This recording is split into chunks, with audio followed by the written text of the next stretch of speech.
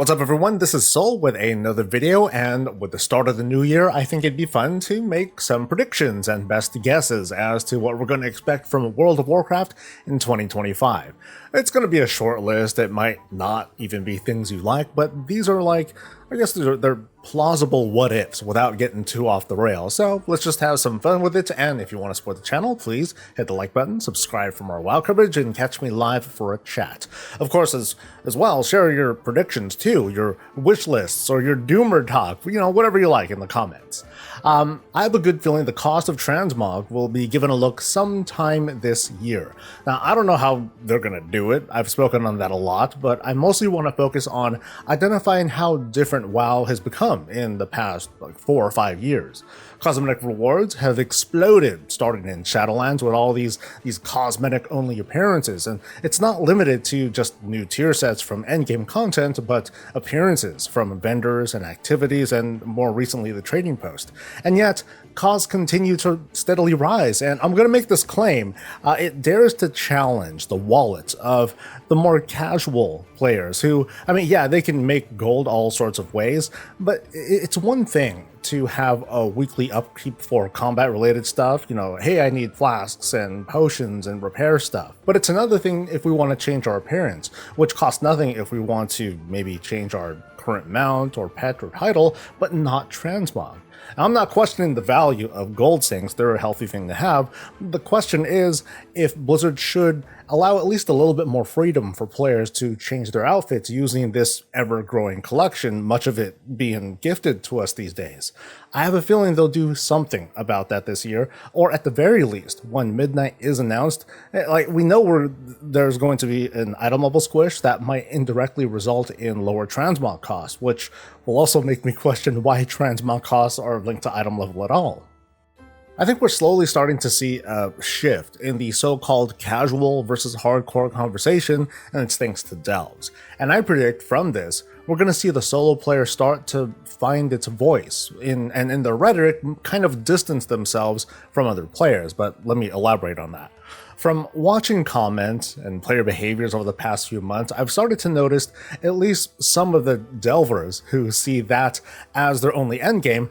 We're seeing them advocate for getting the same level of rewards as what we would get from dungeon or raid content. Now, you might not agree, and even I've talked about some unintended consequences if it's not handled correctly, but I do have a good feeling we're going to see Blizzard nurture the solo player even more this year and going forward with fulfilling rewards and challenges to match.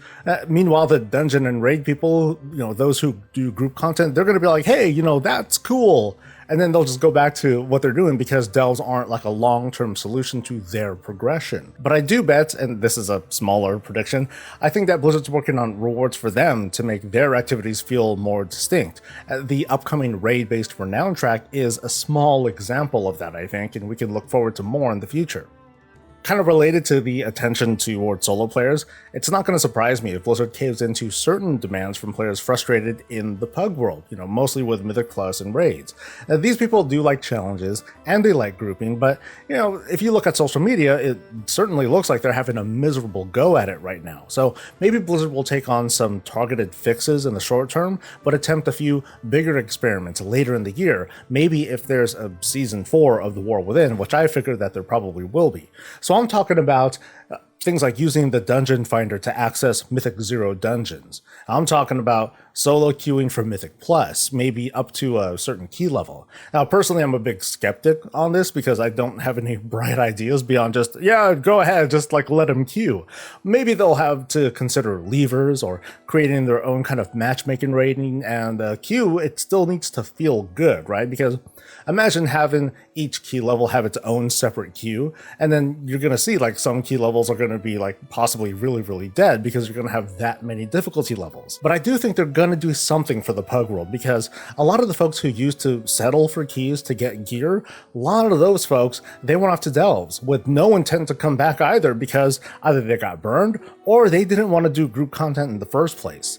The Mythic Plus audience in War Within, even day one, was destined to be smaller because delves just immediately peeled a number of those players away. So I think the feedback we'll be hearing in the coming months, that's going to be important. I think it's going to be the most pure feedback we'll get from Mythic Plus's most dedicated audience. The relaunch of Classic with the Anniversary Realms and basically free access to all of them Season of Discovery runes, it's looking like a pretty big success so far. Things like this and the solo content and the War Within, it's showing Blizzard's trying to do better at tapping into audiences that they might have naturally have left behind as expansions rolled on. In the case of Classic, ex-WoW players far outnumber current active players, so it stands as reason that they want to keep going at that. So I predict there's going to be at least an announcement of new Classic content. Not exactly Season of Discovery, but Classic. I don't think it's going to go as far as the Classic Plus that some players want. I have doubts we're ever going to see, classes or bona fide specs that are Classic only. And I don't think it sends the right message to players to say, oh yeah, there's like new Warcraft lore to discover, but you've got to play a different version of WoW to do it, let alone Classic having its own alternate universe or story progression. What I predict though is something similar to what's in Season of Discovery, places that are redesigned as dungeons or raids, maybe not adding new lore, maybe things to fill in the gaps.